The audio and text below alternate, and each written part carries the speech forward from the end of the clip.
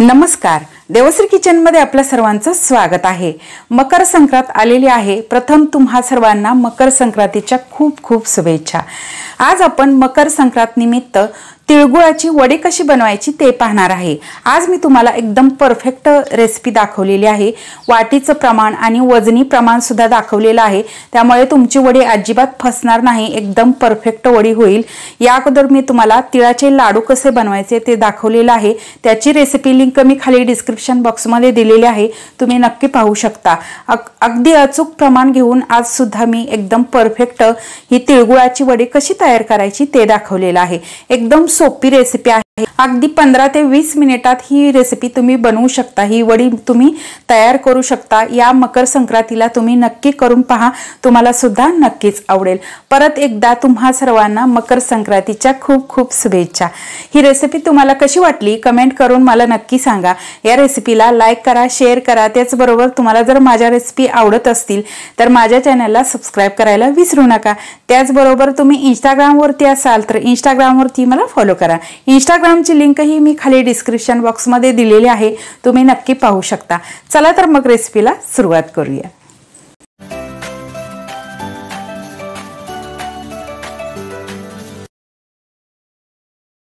तिळगुळाची वडी करण्यासाठी इथे मी 1 वाटी तीळ घेतलेले आहेत, अर्धी वाटी शेंगदाणे घेतलेले आहेत आणि 1 वाटी गूळ घेतलेला आहे। हे झालं वाटीचं प्रमाण। आता तुम्हाला मी वजनी प्रमाण सांगते। 200 ग्राम तीळ घेतलेले आहेत, 100 ग्राम शेंगदाणे आणि 300 ग्राम गूळ घेतलेला आहे। हे झालं वजनी प्रमाण। तुम्ही कोणत्याही प्रमाणामध्ये करा, वडी तुमची एकदम परफेक्ट होईल। आणि इथे मी 2 चमचे तूप घेतलेला आहे, अर्धा चमचा वेलदोड्याची पूड घेतलेली आहे। तर इथे मी गावरान तीळ वापरते आहे। तुम्हाला जर शक्य असेल, गावरान तीळ तुमच्याकडे मिळत असतील तर शक्यतो गावरान तिळाचा वापर करा, कारण पॉलिशचे जे तीळ असते ते चवीला एवढे छान लागत नाहीत आणि त्याची वडी सुद्धा छान लागत नाही। त्यासाठी शक्यतो गावरान तीळ वापरा, म्हणजे वडी चविष्ट होईल। आता आपण हे तीळ भाजून घेऊया। गॅसवरती मी पॅन ठेवलेला आहे, यामध्ये आपण हे तीळ घालून घेऊया आणि एकसारखं हलवत छान खरपूस आपल्याला हे तीळ भाजून घ्यायचे आहेत। तीळ भाजल्यानंतर ते चटचट उडायला लागतात आणि छान असा एक हलकासा त्याचा वास यायला सुरुवात होते। त्यावरून समजायचं की आपले तीळ छान भाजलेले आहेत। छान असा खरपूस रंग येईपर्यंत हे तीळ भाजून घ्यायचे आहेत। गॅसची फ्लेम लो टू मीडियम ठेवायची आहे, म्हणजे आपले तीळ छान खमंग भाजले जातील। तुम्ही पाहू शकता आपले तीळ छान फुललेले आहेत आणि याचा हलकासा रंग बदललेला आहे। तीळ जास्त भाजू नका, नाहीतर वडीची चव कडवट अशी लागेल। त्यासाठी एकदम लो टू मीडियम वरती आपल्याला हे तीळ छान खरपूस भाजून घ्यायचे आहेत। आता आपण एका ताटामध्ये हे तीळ काढून घेऊयात आणि अशाच पद्धतीने आपण शेंगदाणे भाजून घेऊया। शेंगदाणे भाजताना गॅसची फ्लेम एकदम कमी ठेवायची आहे आणि हे शेंगदाणे छान खरपूस भाजून घ्यायचे आहेत। एकदम तुम्ही डायरेक्ट मोठा गॅस ठेवून शेंगदाणे भाजून घेतले तर फक्त वरचं टरफल्याचं काळपट होतं आणि आतून शेंगदाणे मात्र कच्चेच ओलसर राहतात। आणि वडी जर खूप दिवस टिकवायची असेल तर शेंगदाणे छान भाजून घेणं खूप गरजेचं आहे। तर आता आपण हे शेंगदाणे एकदम कमी गॅसवरती छान खरपूस भाजून घेऊया। कमी गॅसवरती शेंगदाणे सुद्धा आपले छान खरपूस भाजलेले आहेत।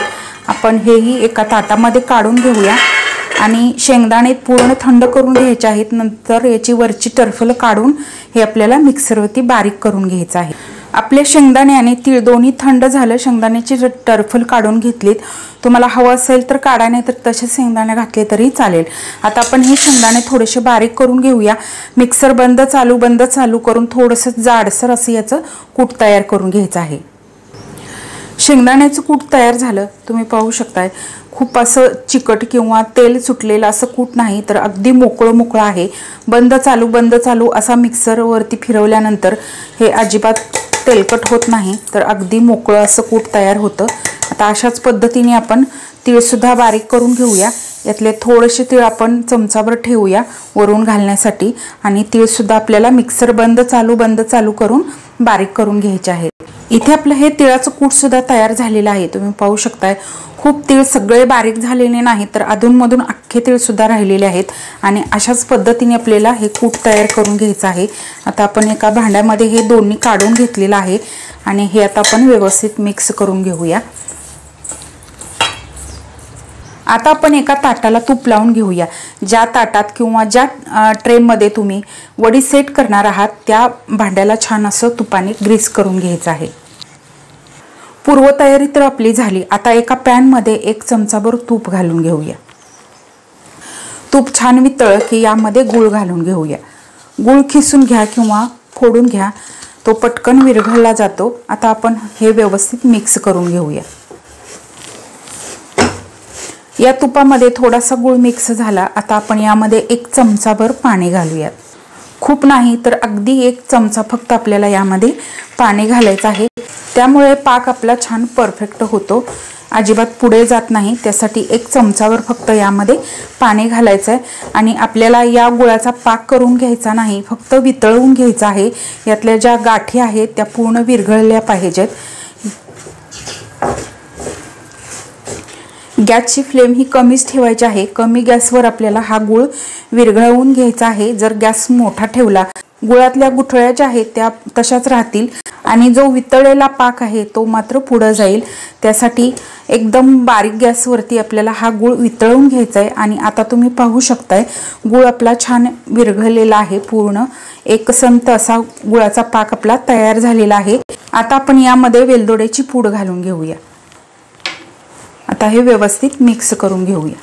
तिळगुळाची वडी आहे त्यामुळे तुम्ही यामध्ये तुम्हाला आवडत असेल तर जायफळ घातलं तरी सुद्धा चालेल। गूळ असेल तर जायफळाची चव सुद्धा खूप छान लागते। आता तुम्ही पाहू शकता या पाकाला उकळी यायला सुरुवात झालेली आहे। आता आपल्याला गॅस बंद करायचा आहे आणि हे जे आपण कूट करून घेतलेलं आहे ते यामध्ये मिक्स करून घ्यायचं आहे। इथून पुढची प्रोसेस जी आहे ती आपल्याला पटपट करून घ्यायची आहे। हे व्यवस्थित मिक्स करून घेऊया।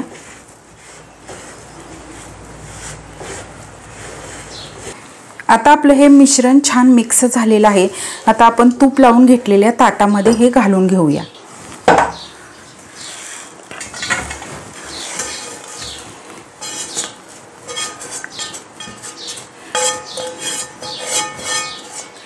पूर्ण मिश्रण मी या ताटामध्ये घालून घेतलं। आता या पॅच्युलाच्या सहाय्याने आपण हे व्यवस्थित वडी याची सेट करून घेऊया।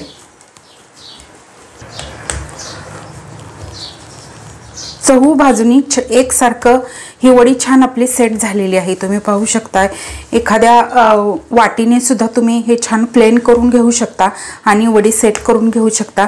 आता याच्यावरून थोडेसे मी तीळ घालते गार्निशिंगसाठी।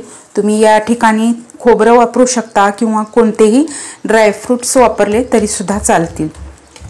आता थोडंसं वरून असं दाबून घेऊया म्हणजे हे तीळ छान सेट होतील।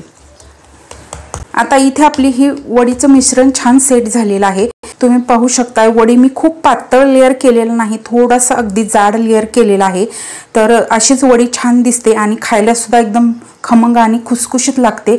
आता हे वडीचं मिश्रण आहे ते गरम आहे, यामध्येच आपल्याला याची वडी पाडून घ्यायची आहे म्हणजेच कट करून घ्यायची आहे। तुम्हाला हवा तो आकार देऊन किंवा तर तुम्हाला हव्या त्या साईजमध्ये तुम्ही याच्या वड्या पाडून घेऊ शकता।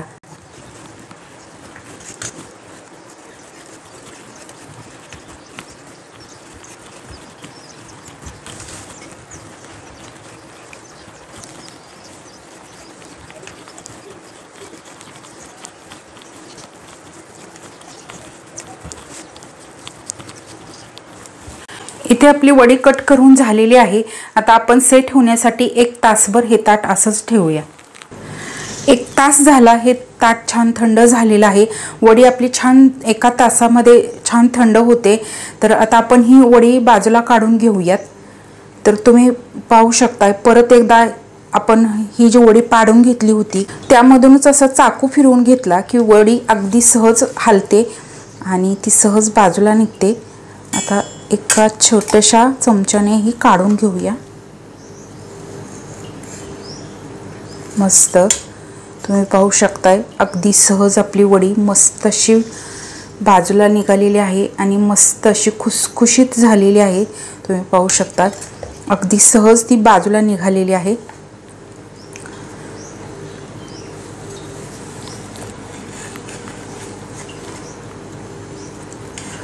मस्त एकदम छान अशा वड्या आपल्या तयार झालेल्या आहेत। एका प्लेटमध्ये आपण काढून घेऊयात।